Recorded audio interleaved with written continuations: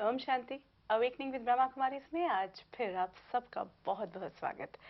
जीवन में जब जागृति होती है या अवेकनिंग हो जाती है, जब अपनी पहचान और परमात्मा की पहचान होती है तो हर पल उत्सव होता है। लेकिन अगर भारत की बात करें तो त्योहारों का देश माना जाता है। हर महीने ही लगभग कोई ना कोई त्योहार हम सेलिब्रेट करते हैं और इतने सारे धर्म भी हैं। लेकिन इस मंच से, इस प्लेटफॉर्म से हर बार हमने त्योहारों को एक नए परिप्रेक्ष्य में देखा। उसकी सही रेलेवेंस को जानकर जब हम उसे सेलिब्रेट करते हैं तो उसका महत्व और बढ़ जाता है, हम ज़्यादा उसे एंजॉय कर पाते हैं। अभी हाल ही में दशहरे का फेस्टिवल रहा। दशहरा यानी सालों से हम देखते आ रहे हैं कि बुराई पर अच्छाई की जीत। रावण जलाया जाता है, यानी कि ऐसा एहसास होता है कि सारी बुराई खत्म हो गई। राम और रावण के बीच का युद्ध भी देखा हमने, हम देखते आ रहे हैं। लेकिन आज हम जानने का प्रयास करते हैं कि अगर उसका डीपर एस्पेक्ट देखें तो क्या होगा। इस पर बातचीत करने के लिए हमारे साथ हैं ब्रह्मा कुमार बृजमोहन भाई साहब और ब्रह्मा कुमारी सिस्टर आशा बहन। आप दोनों का बहुत बहुत स्वागत। ओम शांति। ओम शांति। भाई साहब, अगर हम दशहरे की बात करें, मुझे अपना भी बचपन याद है और सबसे इंटरेस्टिंग एस्पेक्ट ये रहता था कि दशहरा यानी कि हम जाएंगे और देखेंगे कि रावण जल रहा है, मेघनाथ जल रहा है, कुंभकर्ण का पुतला जलता था। और कहीं ना कहीं बहुत अच्छा सा ही लगता था कि ओह, जो बुरा व्यक्ति था उसका अंत यही होता है। लेकिन इस प्लेटफॉर्म से हमने हर बार देखा कि उसका कुछ डीपर जो इम्पैक्ट है वो है ज़रूर। देखा तो ये जाता है कि हर साल रावण का बुत जरा और बड़ा बना देते हैं, और वैसे भी किसी चीज़ को वंस फॉर ऑल ख़त्म किया जाता है। बुराई के तो ख़ास तौर पे उसका तो अंश भी नहीं रखा जाता। जैसे डॉक्टर लोग किसी चीज़ के कीटाणुओं को इतना ख़त्म करते हैं कि एक भी कीटाणु ना बचे, नहीं तो मल्टीप्लाई हो जाता है। तो बुराई क्योंकि समाज से नहीं जाती, लाइफ से नहीं जाती, इसलिए हमको हर साल दशहरा मनाना पड़ता, हम मनाते आ रहे हैं। It has become like one of the festivals. ये साल में एक बारी मनाया, कुछ थोड़ा मेमोरी में आया कि हाँ बुराई को जीतना है, उसके बाद हम वैसे के वैसे ही हो जाते हैं। लाइक न्यू ईयर रेजोल्यूशन, ये दशहरा भी हो गया है। और इसमें ख़ास बात यह है कि अगर कोई देखने जाए तो रावण का पुतला बहुत बड़ा होता है और राम जी लाइव होते हैं तो बहुत छोटे होते हैं, वो क्राउड में दिखते भी नहीं हैं। तो लोगों को दशहरे का मतलब यही होता है कि रावण दिखता और रावण को जलाना है, और राम का क्या है रोल उसमें वो किसी को पता ही नहीं लगता। और बच्चों को ले जाते हैं, दिखाते हैं, उसके साथ दो और भी होते हैं, मेघनाद और कुंभकर्ण, इस तरह से बनाया हुआ है। तो कुंभकर्ण का भी इसके साथ लिंक है कि कोई व्यक्ति उसको बार बार कुछ भी कहते रहो और उसके कान पर जू नहीं रहेंगे, वो सोया को सोया ही रहे ज्ञान के अंदर, उसको कुंभकर्ण कहा जाता है। मेघनाद उसको कहा जाता है कि जो बोले बहुत, यानी आवाज़ खूब करे, जैसे होता ना जो गरजते हैं वो बरसते नहीं, तो उसकी लाइफ में एक्शन नहीं होता, सिर्फ वो बोलता रहता है, यानी थ्रेटिकल बात है। तो इसलिए इस तरह से मनाया जाता है। रावण, जैसा कि भाई साहब ने कहा कि एक कैरेक्टर जिसके आज लोग रावण को कैरेक्टर के रूप में तो है ही, लेकिन वो जो 10 सिर वाली बात है, कहीं ना कहीं ज्यादातर लोग ये समझने लगे हैं कि कोई ऐसा व्यक्ति जिसके प्रैक्टिकली 10 सर होंगे, या ये कुछ सिंबलाइज करता है। तो वो एक्चुअली सिंबलाइज क्या कर रही हैं ये सारी बातें? एक्चुअली रावण शब्द का भी बहुत अच्छा अर्थ है। रावण का अर्थ है रुलाने वाला, अच्छा, हाँ। जो दूसरों को रुलाए वह रावण। तो रावण के जो 10 शीश हैं, सोचने की बात है कि कोई भी व्यक्ति 10 शीश वाला तो होता ही नहीं है। सोच सकते हैं वो बेचारा खाता कैसे होगा, सोता कैसे होगा। तो ये तो नॉर्मल जिंदगी कैसे जी सकता है? नॉर्मल जिंदगी कैसे जिएगा। तो इसका आध्यात्मिक रहस्य यही है कि हमारा मन तभी शीश दिखाते हैं ना, और मन जो आत्मा में निहित है वो हमारे मस्तक पर विराजमान रहती है। तो मन के अंदर 5 विकार, जो काम, क्रोध, लोभ, मोह, अहंकार है, और उससे जनित और अधिक विकार, जिनको हम कह सकते हैं ईर्ष्या, द्वेष, वैमनस्य, घृणा, भय आदि, ये उसके प्रतीक हैं। और जब मनुष्य के अंदर ये पांचों विकार और उनके साथी हैं, तो आप कल्पना कर सकते हैं उसका व्यवहार कैसा होता होगा। इनमें से कोई भी विकार ऐसा तो नहीं है जो व्यक्ति को सुख और खुशी देता हो, उससे उसकी खुशी छिनती ही है। तो रावण के 10 शीश वास्तव में सिंबॉलिक इस बात के हैं, परमात्मा श्रीमत दे करके, ज्ञान दे करके हम आत्माओं को ऐसा सक्षम बनाते हैं जिससे हम इन 5 विकारों के ऊपर विजय प्राप्त कर सकते तो हैं। युद्ध इनसे होगा। Yes, this is something very important. मानसिक युद्ध है। संसार ही सारा लंका की तरह है, यानी सारी ओर पानी ही पानी है उस हिसाब से, और सोने की लंका थी कहते हैं। यानी इस संसार के अंदर वर्तमान समय जितना दबदबा है, जितना पॉम्प है, जितना इसके अंदर आकर्षण है, वो कोई कम तो नहीं था ना। और सीता का भी जो आकर्षण बताया गया वो सोने के हिरण के प्रति बताया गया ना। सोने के हिरण को देख करके ही वो आकर्षित हुई और पुकार को सुन के कहती है कि भाई इसको बचाने के लिए जाओ। तो सोने का हिरण क्या है? आज की संसार की जो आकर्षक चीजें हैं यही सोने का हिरण है, जो कि आत्मा को, आत्मा रूपी सीता को उसकी मर्यादा का उल्लंघन करा लेता है। और परमात्मा पिता कहते हैं कि आपने मर्यादा के अंदर रहना है, श्रीमत का पालन करना है, श्रेष्ठ मत का, श्रेष्ठ एडवाइस का पालन करना है। ये जो मटीरियलिस्टिकली आपको दिखाई देती हैं चकाचौंध करने वाली चीजें, ये वास्तव में सुख देने वाली नहीं है। तो रावण जो अपने अंदर बसा हुआ है उसका नाश करना ही वस्तुतः सच्चा रावण जलाना है। बहुत सुंदर दीदी। कहीं ना कहीं वो रावण जिसे हम अभी तक बाहर तलाश रहे थे और सोचते थे कि वो जो बुरे लोग हैं उनका अंत होना चाहिए, तो बुराई का अंत जरूरी है, क्योंकि बुराई कहीं ना कहीं हम सबको छू रही है, हम सब अपने अंदर महसूस करते हैं। भाई साहब, आपने कहा था, दीदी ने आज कहा कि उस रावण को जलाना है जो अपने ही अंदर है। आपने कहा कि जब भी दशहरा होता है हम बच्चों के साथ जाते हैं, बड़े खुश होते हैं कि रावण जला, मतलब सारी बुराई खत्म हुई। लेकिन अब जो अगर आज की बात हम समझते हैं और हम समझे कि ये वो विकार जिनसे आज मैं ग्रस्त हूँ, तो इस रावण को हम जलाएंगे कैसे? 5 मेन वाइसेस हैं, काम, क्रोध, लोभ, मोह, अहंकार, सब जानते हैं। ये मनोविकार है। ईगो के लिए, अहंकार के लिए तो कहा ही गया है कि पाप मूल अभिमान, दया धर्म का मूल है, पाप मूल अभिमान।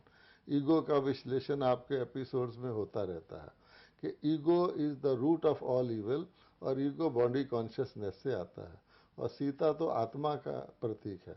तो जब हम आत्मा बॉडी कॉन्शियस होते हैं, ईगो में आ जाते हैं। इसी प्रकार से गुस्सा, क्रोध, ये तो शांति का है ही नहीं। लोभ से आप जानते हैं कभी भी कोई संतुष्ट नहीं हो सकता। जिस व्यक्ति को लोभ है वो संतुष्ट नहीं हो सकता। मोह मीन्स कि हम सब जानते हैं कि दुनिया मुसाफिर खाना है, लाइफ स्पैन लिमिटेड है, फिर भी हम इसमें इतना अटैच होते हैं। इस तरह से काम विकार का तो सब जानते हैं, सारे ईवल का जड़ है, क्योंकि वो ग्रॉस बॉडी कॉन्शियसनेस है। अब ये तो बाहर नहीं हो सकते, आज के समाज में पाए जाते हैं। हर व्यक्ति जानता है कि काम, क्रोध, लोभ, वो अहंकार हमारे अंदर है। तो हमने अंदर के रावण को ही निकालना है। अब अंदर के रावण को हमने क्या माना हो, ये हमारे फ्रेंड्स हैं। अब आप देखिए, जीवन में हम चाहते हैं सुख शांति, और यूज कर रहे हैं उसके अपोजिट पावर्स को। तो सड़क हमने दूसरी ली हुई है, डेस्टिनेशन हमारा दूसरा है। अगर हमें सुख शांति चाहिए तो उसमें क्रोध तो छोड़ना ही पड़ेगा, अभिमान तो छोड़ना ही पड़ेगा। तो इनके जो अपोजिट हैं, एंटीडोट हैं, जैसे मिसाल के तौर पे ईगो है। Ego comes for any type of accomplishment, के कुछ ना कुछ प्राप्ति हो गई, उसका अभिमान हो जाएगा, चाहे धन का हो, पद का हो, सुंदरता का हो, किसी चीज़ का हो। अगर हमारे पास वो अकम्पलिशमेंट भी है और साथ में ह्यूमिलिटी भी है, जिसको हम कहते हैं नम्रता है, तो फिर प्रॉब्लम नहीं रहेगी। तो नम्रता दैवी गुण है। तो अगर हम नम्रता को धारण करेंगे तो ईगो जाएगा। इसी प्रकार से क्रोध है। अब क्रोध के लिए क्यों आता है कि मेरा ये नहीं हुआ। अगर हम क्षमा को धारण करेंगे, परमात्मा को क्रोध नहीं आता। क्यों? कि परमात्मा क्षमा कर देते हैं। और हम भी अगर क्षमा, जब कोई ऐसी सिचुएशन आए, क्षमा कर दें, तो लेट गो, तो उसमें हमारा क्रोध जाएगा। इसी प्रकार से संतुष्टता है। अगर हम ये दिल में माने कि जीवन का सर्वश्रेष्ठ धन संतोष है, ना कि एक्वायर करके चीज़ों का अकमुलेशन है जो हम ग्रीड के कारण करते हैं। तो हम संतोष को धारण करेंगे तो ये लोभ भी जाएगा। इसी तरह से जीवन को मुसाफिर खाना समझेंगे, ट्रस्टीशिप रखेंगे, अपनी आत्मा की इंडिपेंडेंस को कायम रखेंगे, रिलेशनशिप रखेंगे लेकिन अटैचमेंट नहीं रखेंगे तो मोह जाएगा। और किसी को भी आत्मिक सुख लेना हो, जिसको हम कहते हैं आनंद लेना हो, और इंद्रियों पर आधारित नहीं होना हो, क्योंकि ये इंद्रियां इस वक्त ठीक लगती हैं लेकिन किसी दिन ये इंद्रियां जवाब दे जाती हैं और mind is willing but the body is not cooperating, ये हो ही जाता है। तो उसके लिए हमको ये काम विकार को जीतना होगा, जिसको हम कहते हैं अति इंद्रिय सुख। तो अगर इसकी ज्ञान की अंडरस्टैंडिंग करे व्यक्ति और उसके ऊपर अभ्यास करे, परमात्मा से शक्ति ले, क्योंकि आखिर राम ही उसको छुड़ाता है। एक ज्ञान चाहिए और एक शक्ति चाहिए, तो व्यक्ति अंदर के रावण को मार के सचमुच, जिसको कहते हैं विजयदशमी। अब देखिए 10 सिर वाला रावण, उसको कहते हैं 10 हरा, यानी 10 को हरना, मैंने 10 को खत्म करना, जीतना। तो परमात्मा को भी हरि कहते हैं क्योंकि दुखों से हरता है।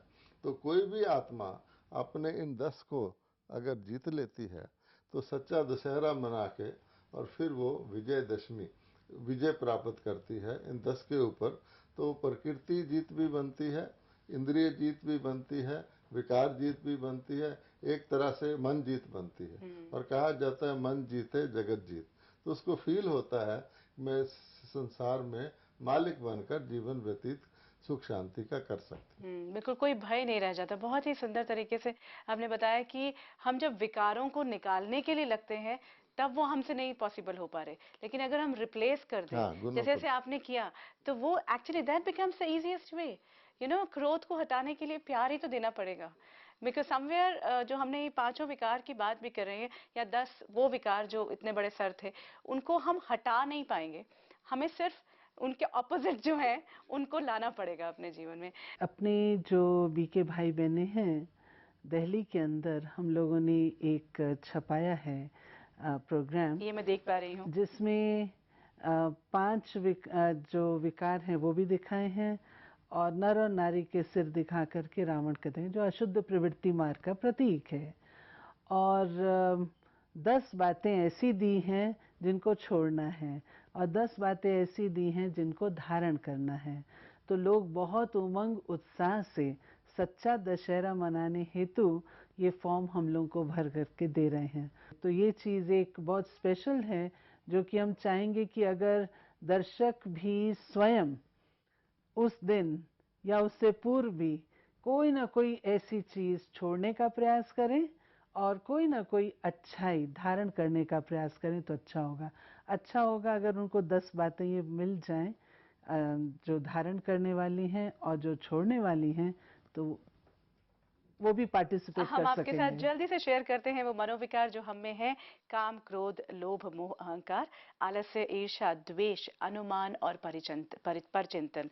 अनुमान का मतलब भाई साहब ये हुआ कि हम अगर लोगों के प्रति जजमेंटल हो बिना जाए, किसी वेरिफिकेशन के ये सोचने लग जाना कि दूसरा मेरे लिए ऐसा सोच रहा होगा। तो अनुमान ना करें, पर चिंतन, दूसरों के बारे में जब हम चिंतन करते हैं, ये है वो सारे 10 मनोविकार। और दिव्य गुण जो हमारे साथ हैं, सत्यता का, प्रेम का, धैर्य का, दया का, नम्रता का, अहिंसा, सहयोग, साहस, समरसता, सद्भावना। और आज बहुत अच्छा हमें ये रामबाण भी मिला है भाई साहब से कि किसी को छोड़ने के लिए कुछ भी धारण कर लें, वो अपने आप छूटना शुरू हो जाएगा, उसका काउंटर।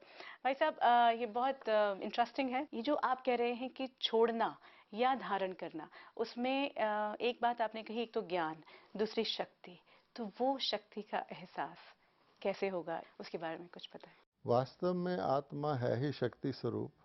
जब प्योर होती है, अपने परम धाम से आती है, तो कंप्लीट होती है, तो शक्ति स्वरूप होती है।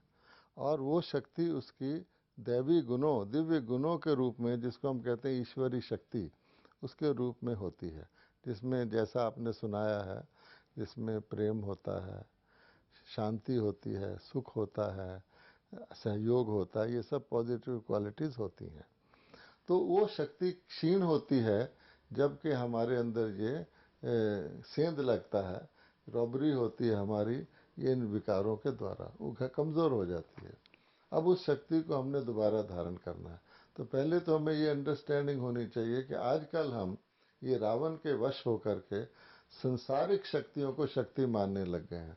हम क्या मानते हैं कि धन एक शक्ति है, बाहर के पोजेशन एक शक्ति है, मुझे कोई स्टेटस मिल गया वो एक शक्ति है, मैंने अपनी हेल्थ को ठीक रखा वो एक शक्ति है।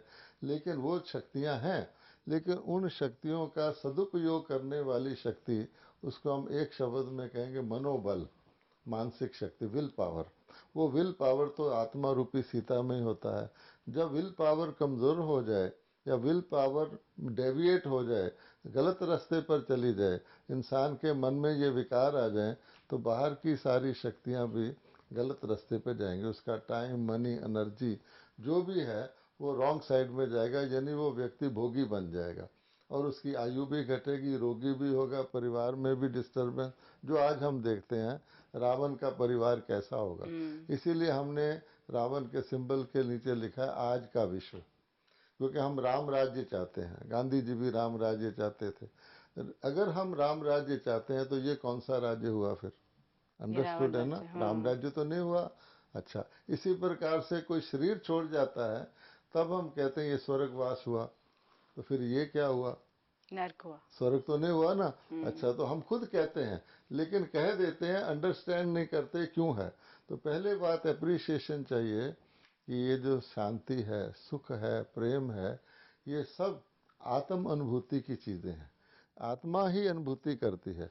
कोई मकान या कोई पैसा हमें सीधी शांति नहीं दे सकता, वो एक मीडियम है, लेकिन शांति तो आत्मा को लेनी है। तो अगर व्यक्ति को सचमुच हैप्पीनेस ही चाहिए, संतोष ही चाहिए, तो दिव्य गुणों को धारण करके और उनको आदान प्रदान करके ना सिर्फ उसको अनुभव कर सकता है बल्कि बढ़ा भी सकता है। अभी मैं नेपाल में गया था, वहाँ दशहरा के दिन हर व्यक्ति एक बकरा काटता है। वहाँ कहते हैं कि बहुत ज़रूरी है कोई व्यक्ति बकरा ना काटे। हमने कहा क्यों?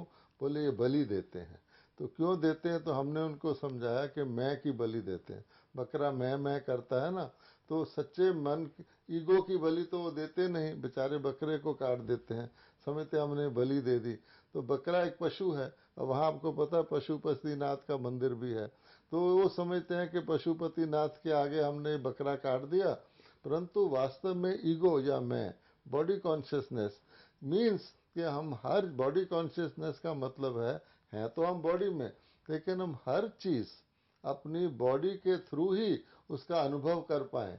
बॉडी अगर बीमार है तो अनुभव ही नहीं कर पाए, तो ये तो खराब बात है, और बॉडी तो हमें छोड़नी भी है।